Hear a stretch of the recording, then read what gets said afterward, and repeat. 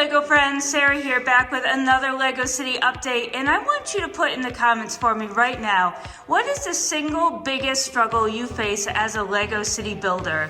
And in just 2 seconds here, I am going to tell you mine. So, as you guys know, we have a whole new Lego City layout process in the works, and it is absolutely fantastic. If you missed any of the updates, I will link the first update video at the end of this video. But what I want to tell you my single biggest struggle is actually space. And I think that's pretty much everyone's as well.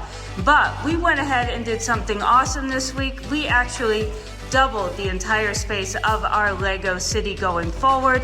We have an additional 32 base plates worth of space with our new Lego IKEA table that we added this past week, and I can't wait to show you the new layout.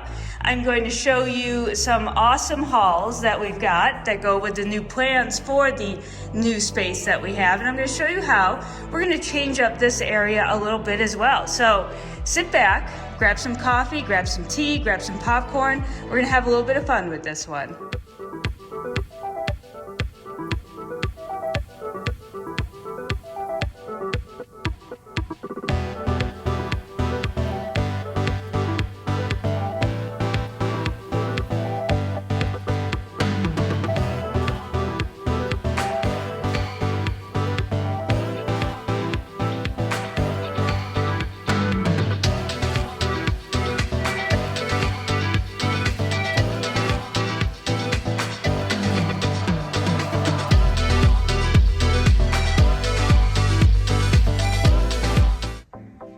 All right, so the first thing that we actually need to do with this table, with all of this stuff, is to do a big shift.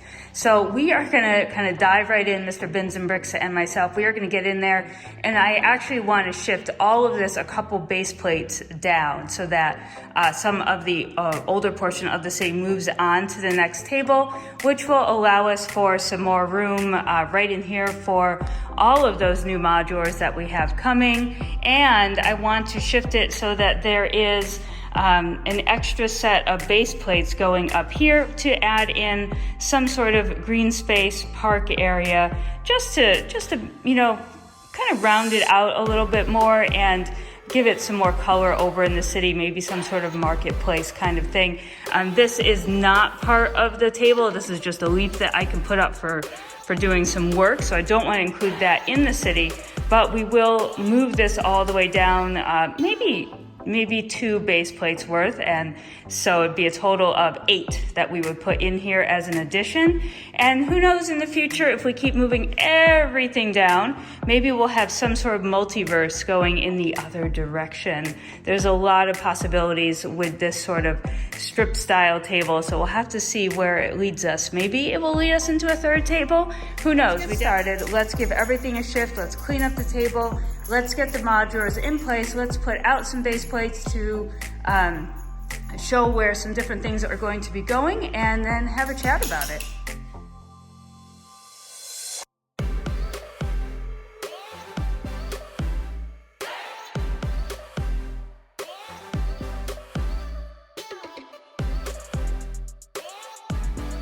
So we have everything moved finally, and we added in some base plates just to take up some space and help you see the plans that we have in our mind, because we also have a few major sets to add. I feel like this is an area that did not get much attention once we put the modulars in, and then we'll work our way down, and then you can see exactly where the city is going to be going in sort of its next phase. So over here, okay, we moved it down enough to add in a base plate and a sidewalk piece. Now, we'd actually made these for our custom city when we displayed in the Brickfest convention last fall. So we just added a bit of sidewalk here. I may change out how much studs are on it, I'm not sure. But this way we can have a lot of figs frolicking around the area. And then we're gonna add in 1 base plate worth here as a green space. And then of course we have still lots of little sets that we can add and sort of make into a market area. We can, I know there is a fountain, we can create our own trees and such, and this I need to take apart. But so that will be able to give this a little bit of extra life that, you know, wasn't there at the start of the city. And who knows, from there we may expand this way, probably by moving the tables down again, and have maybe a multiverse. If we know that there is potentially a leak for a Sanctum Sanctorum coming out in a modular version, that would be so cool to maybe move the city going this way into maybe some superhero kinds of things. But for now, we're gonna add in this green space right, everything down. We shifted it all, as you saw in our very quick video of moving everything. It took a lot longer than that video actually was, but we just shifted, and we have some more room for some more modulars actually, which is really nice.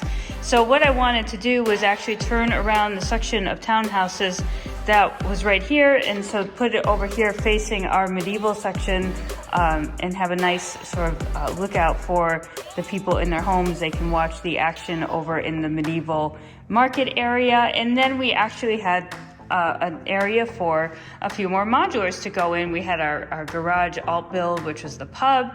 I have my coffee shop rework of half the bookshop when we did the other half in a mirror build. And if you want to see those a little bit more up close and how we did those, I will link the video in the description below. Next, we have that alt build of the bookshop, the Birch's Boutique, that we're still working on. AFOL was selling this Brick Builders Pro pizza shop, and I actually know a few people who have modulars by these guys, or at least the instructions to build the modulars, and they're pretty cool. And I saw this one already built. It came in bags, of course, and then it came with the CD for the instructions. Of course, I don't actually have a drive in my laptop, so I'm going to need to go onto their website and purchase another PDF file to download. I'll put that link in the description below. But I'm pretty excited to add this pizza shop in. It's a fairly simple build on the inside from what I've seen, so I'm looking forward to adding my own details to this. It will be a 16 by 32. Here we do have a couple ideas in mind for grabbing a few more of the modulars and doing some alt builds in this area just to round it out. We want to get a couple more corner buildings right here, I think, just to complete sort of this corner look that we have going on. So that is the modular area, and we didn't open up a whole lot of room, and we already have these sort of earmarked 4 spots already. But in the grand scheme of things, we can just keep shifting this table down until we need another table. Okay, so this is one of my favorite sections that we shifted down. This is sort of our medieval village marketplace area slash fishing store slash treehouse. It's all going to work in together. We did leave an extra opening here, okay? And this is going to be a couple things. We're actually going to build, so we'll do this in mills, and we're going to add another strip of sidewalk, maybe just a 4x4 strip of sidewalk, so that again the figs can frolic. And then the rest of this is going to be more medieval type of builds. I would love to set up a jousting area, so maybe this is more of a Renaissance fair, get some more stalls out, some seating areas, more figs that are in medieval garb, anything like that. So we didn't want to add too much space. We want to kind of keep it dense and packed with details. I did add a horse stall. This was a rebrickable custom build that I found. I'll leave that link in the description as well. But I ordered the pieces off of Bricklink and built a little bit of a stable because we do have so many fantastic horses with these sets that I thought we'd give them a little place to roam around. So we're gonna deck this out and just, bring in a lot of color and medieval types of things. I really like the idea of the jousting and the horses since we do have the stable in place. So that is about it for there, other than a lot of landscaping that will need to go into it. Obviously, you can see the plates are very plain, and we actually have a spot here where it'd be nice to do something with a corner build just to cover this side of the building a little bit. So we'll have to poke around and see what we can come up with. Of course, once we shifted, there was a total rework of all of the water plates that I spent so much time making in these areas here because they matched up perfectly with what they were up against on this side. And of course, that's all changed. And the fishing store, it just kind of keeps getting pushed. It's gorgeous. I love the fishing store. We just haven't worked it in quite like we'd like to. We may add another beach plate. You can see I put these out with the colors to represent what might be here. So we're gonna have to see how that works out. If you have any suggestions, feel free to leave those in the comments below. I did want to give the horses some extra land, but I may need to take out my little river here and just create this maybe as a pond as opposed to a river that flows in this way, but we'll see. We'll have to see how it goes as we get settled into this layout a little bit more. Mr. Bins and Bricks thought a jetty would be fun, but I'm not sure that works out quite right in that area. So, if you haven't gotten a sense of where we're heading with the city at this point, with all of the water that I've laid down, I want to give you a sneak peek here of what exactly the plans are for the rest of this giant table. And we've had one of our sort of biggest hauls here today. I've been trying to collect these 3 specific sets, and I'm wondering if you can guess what they are. Go ahead and leave a comment right now. I'm all together to show you at once. And if you haven't guessed by now, here they are. We've got the Ninjago City Gardens, we've got Ninjago City, and we have Ninjago City Docks. All of these are brand new. They've come, I think, the gardens, of course, we bought in the store last year, probably in the fall, late fall. Ninjago City, that came right before Christmas time. And then I just got the docks that I should have purchased last year, this past week. And it also came with a brand new Light My Bricks lighting kit for the dock. So I'm super excited to light this up with this. This is with a more expensive lighting kit. We've not tried this yet, so it should be really, really exciting.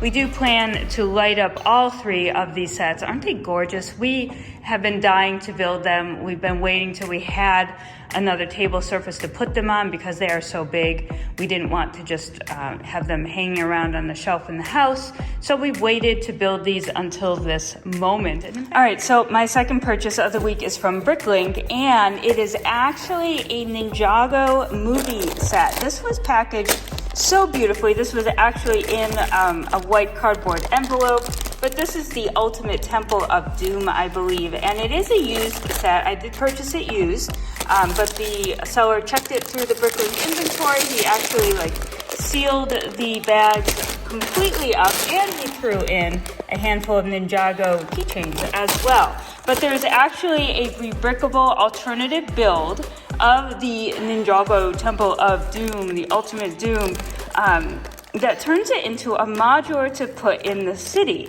And of course, you've now seen my Ninjago Ultimate haul, and I'm really excited to actually fit this one back into the city right over here, right where Assembly Square has this extra space. And the reasoning behind putting this specific building in over here in the city portion is actually to give the ninjas sort of a secret hideout in the city. So of course they'll be coming over from Ninjago City from time to time, and they're going to need a place to stay in the city. And I thought it would be such a cool addition to have them have their own sort of private hideout within the city. So I don't know, what do you guys think about that? Let me know in the comments. I think it's pretty fun. We'll have to see how the build goes and what it actually looks like when we get it into the city. But for now, I'm pretty excited. This is a retired set. I found it for a decent price and decided to go with a used one and save myself almost $100. And that I can reinvest into the city somewhere else. So to be honest with you, it's absolutely crazy how fast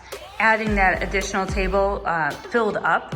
There is not a lot of room for growth already once we finalize the plans that we just talked about. So we're already, in the works of how are we going to fit in another table, because I did ultimately want to expand to a really fantastic Minecraft world at the end with a giant mountain hill carved with mines and such that my son could help us work on.